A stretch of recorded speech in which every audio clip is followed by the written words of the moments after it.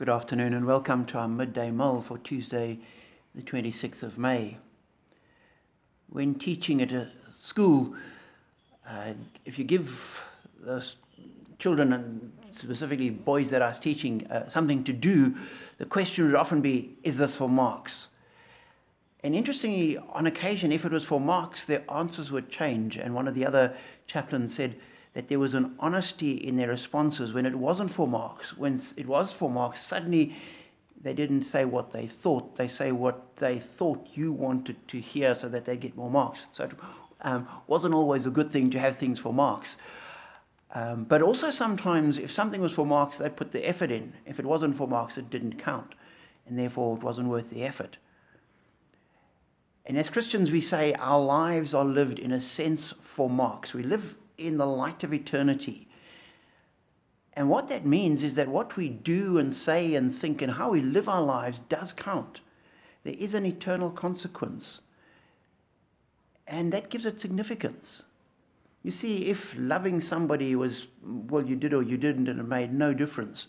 You lived, you died, and that was it. Then how you lived doesn't really matter. Whereas when you're living in the light of eternity, it does.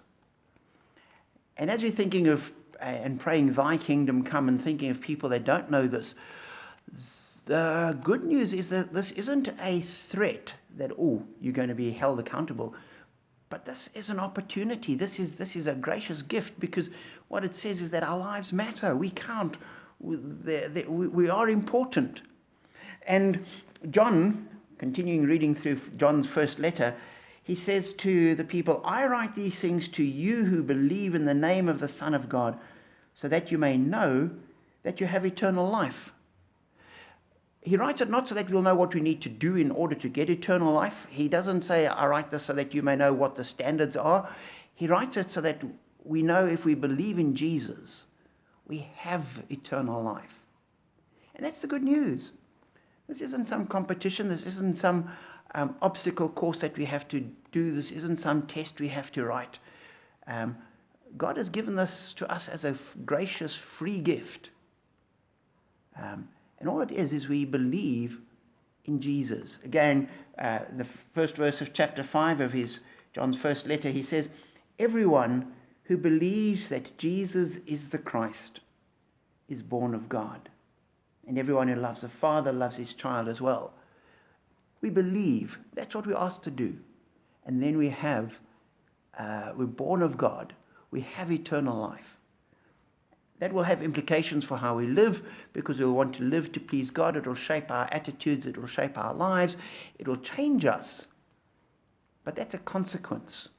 That's not the way to get there.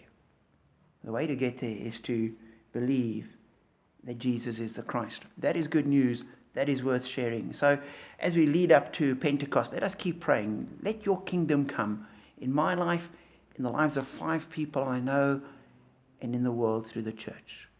We have good news, and that's worth sharing. Be blessed.